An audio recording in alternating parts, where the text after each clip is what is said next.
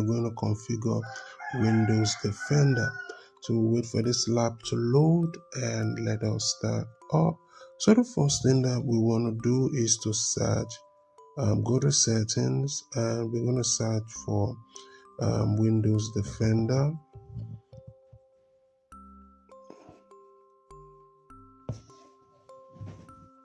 All right, here we have Windows Defender already. So we'll go ahead and open up Windows Defender.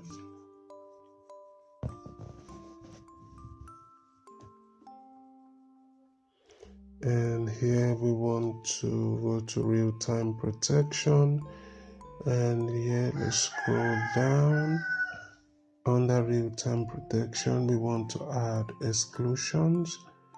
And here we can exclude a file or exclude a folder. So here we want to check the plus sign here.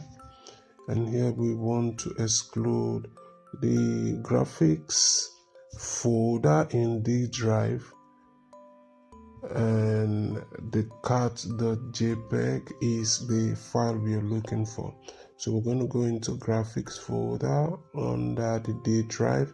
We want to locate cat.jpg, click on it, go ahead and exclude this file. So we scroll down and we'll go ahead and exclude this, and here we want to type in welcome.src.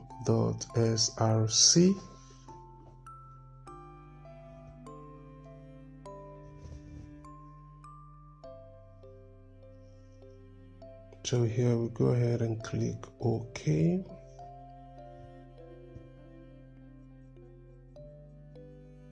So we close this.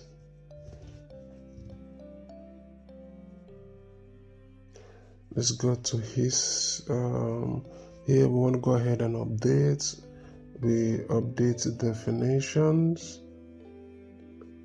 So we wait for the updates to complete. And after this, I think we'll have to perform a quick scan. So let's go back to home and we'll perform a quick scan. This shouldn't take time, and we'll wait for this to